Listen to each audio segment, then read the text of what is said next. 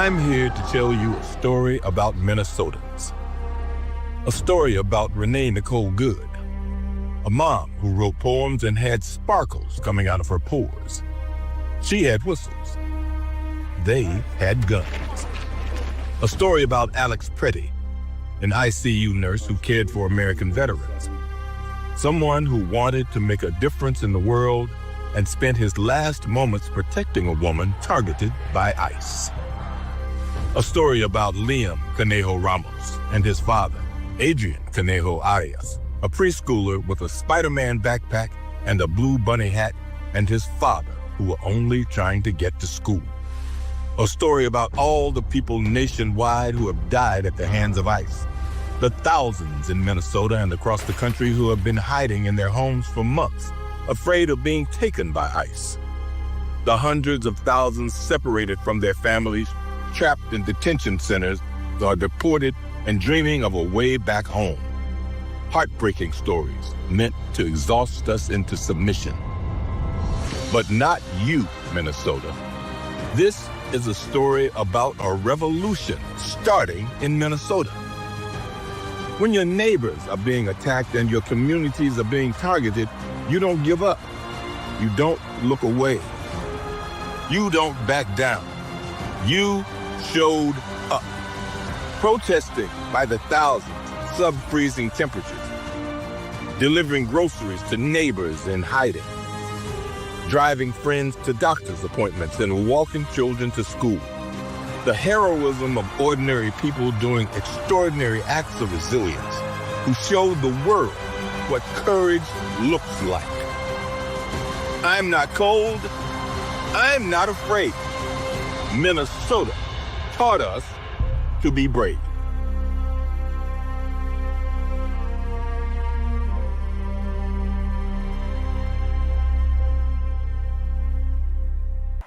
We are proud to welcome to the stage organizer, activist, and movement strategist, Ashley Woodard Henderson.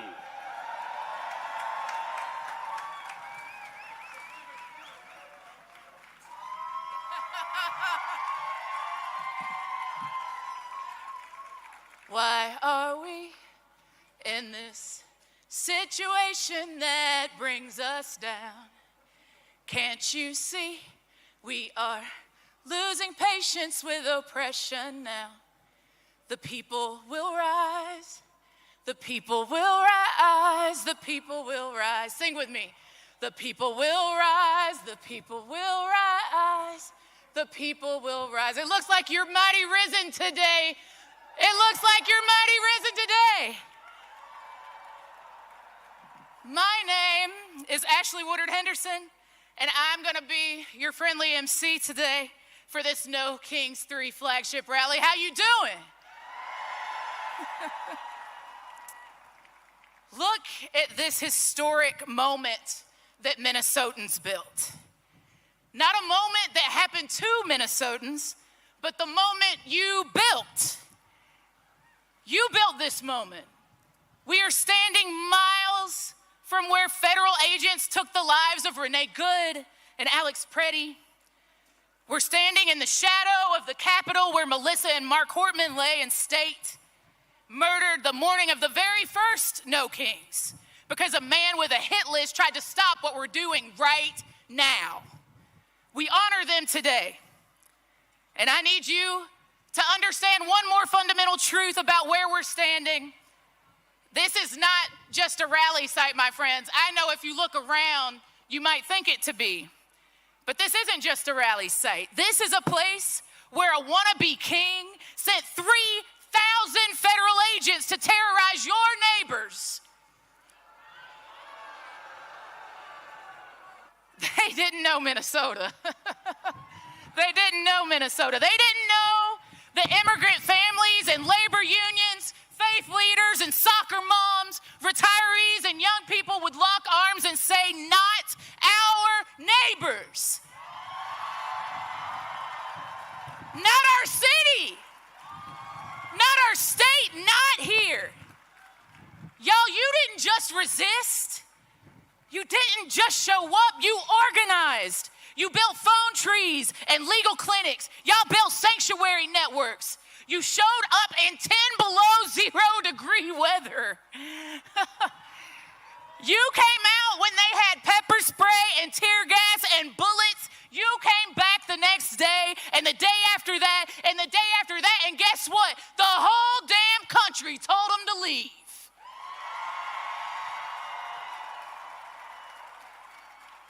And guess what, y'all? Kristi Noem and Greg Bovino, peace, they gone, right? The Twin Cities, the land of 10,000 lakes, guess what? Y'all still here. Look around. We out here. That's not just a one-day protest, my friends. That's building power. We do not wait for permission to protect each other. We do not beg a wannabe king to do the right thing. We organize. We refuse to comply or cooperate with evil forces in high places. When they demand our complicity and quiet disobedience, we do the right thing. We build people power together. And it wasn't just here. It was Los Angeles and Memphis and Washington, D.C., Chicago, Portland, Charlotte, Denver, Atlanta, Newark, Philadelphia, Seattle, Nashville. It was communities across our country.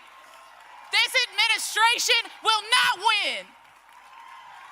They will not win. And we will make it clear as they try to prove to us that they will use force against our people, even when we are peaceful. Across our country, our people have made it clear back. We will not be broken. Greetings of peace. I greet you with the universal greeting of peace. Assalamu alaikum. May God's peace be with you. I am Imam Makram El-Amin, and I stand before you today as a Muslim. I stand before you as an imam, as an African-American man whose very existence is rooted in the struggle for dignity, justice, and freedom. Oh God, the creator of all, Lord of humanity, you created us from a single soul and made us nations and tribes that we may come to know each other. We ask you this day to bless this gathering, not just for our presence, but for our purpose, not just for our voices, but for our courage. We stand together in this moment where power seeks to concentrate itself in the hands of a few.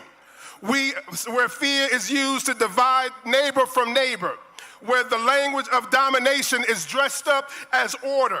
But we know better. We have seen this before. We carry the memory of oppression in our very bones, and we also carry the legacy of resistance in our spirits. Oh God, strengthen us to speak truth to power, not with hatred, but with clarity, not with violence, but with unwavering convictions. Oh God, raise us to a higher level today. Let us be a just rally, not just a rally, but a renewal of our commitment to each other, a renewal of our belief that justice is still possible, a renewal of their courage to build a nation lives in its highest ideals. And when history remembers this moment, let it be said that we did not shrink, we stood.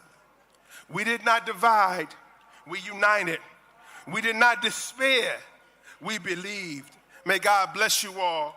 God protect this city, and God protect all of those who are working for justice, dignity, and peace. Amen. Welcome to the freest state in the nation. A state where you love who you choose to love. A state where you make your health care decisions. A state where you worship or not according to your own beliefs. When democracy itself seems to be at risk, it was Minnesota who said, not on our watch, not on our watch.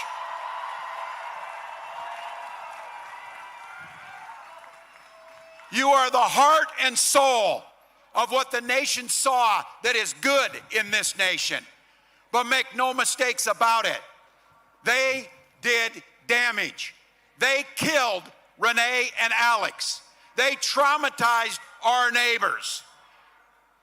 And just be very clear, our weather may be a little cool, but our people are warm and we're fierce. And my message, because this is not over, don't ever mistake our kindness for weakness. That's right. Ice out now.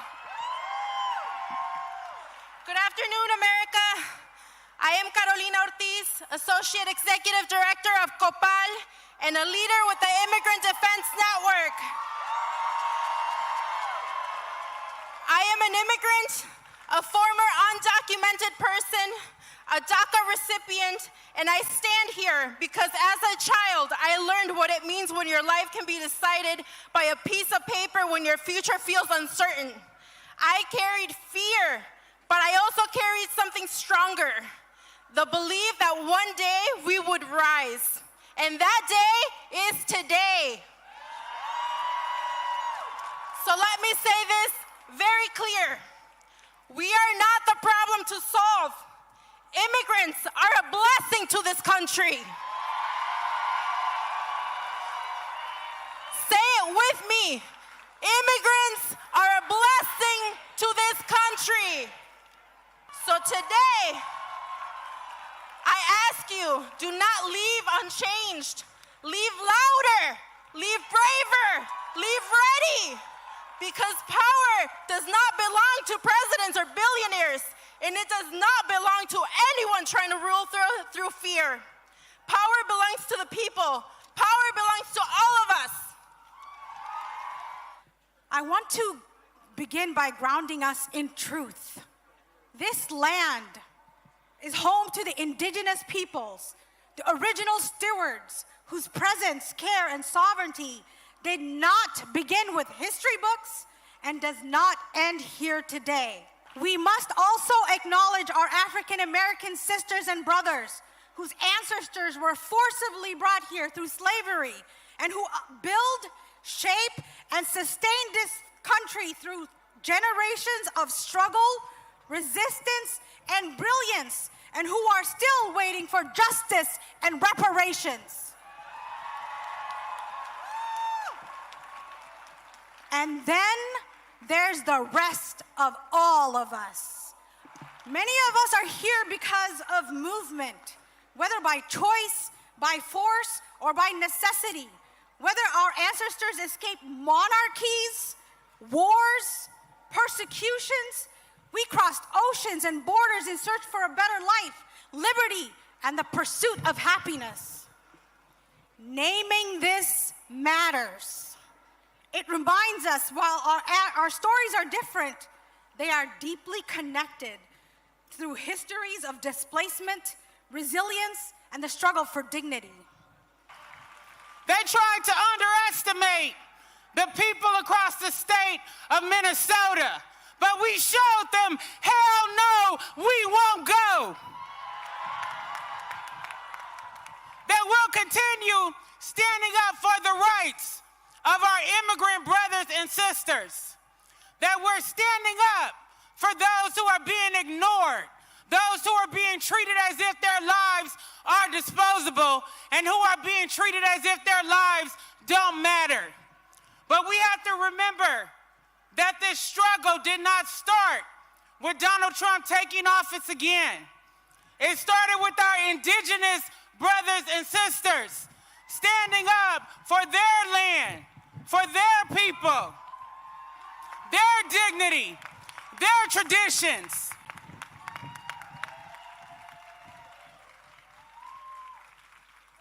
And I'm here standing on the shoulders of the black women and the black men and children who came before me.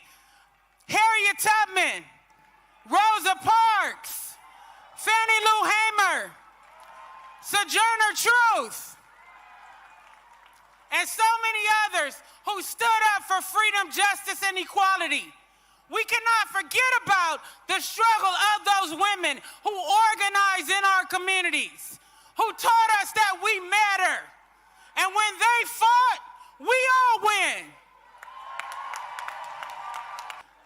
We need to stand behind those of us who are calling out ICE, fascism, tyranny, and authoritarianism on behalf of the people, standing up for our immigrant neighbors, standing up for Renee Good, standing up for Alex Preddy, and calling for justice. When historians write about this dangerous moment in American history, when they write about courage and sacrifice, the people of Minnesota will deserve a special chapter for themselves.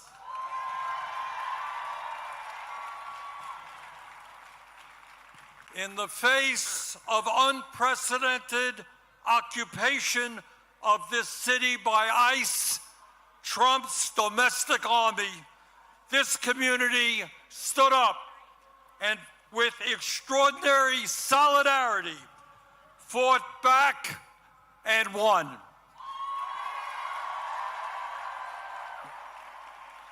Minnesota showed the American people and in fact the world what democracy is about, what grassroots activism is about, and what standing up for the American ideals of freedom and justice is about.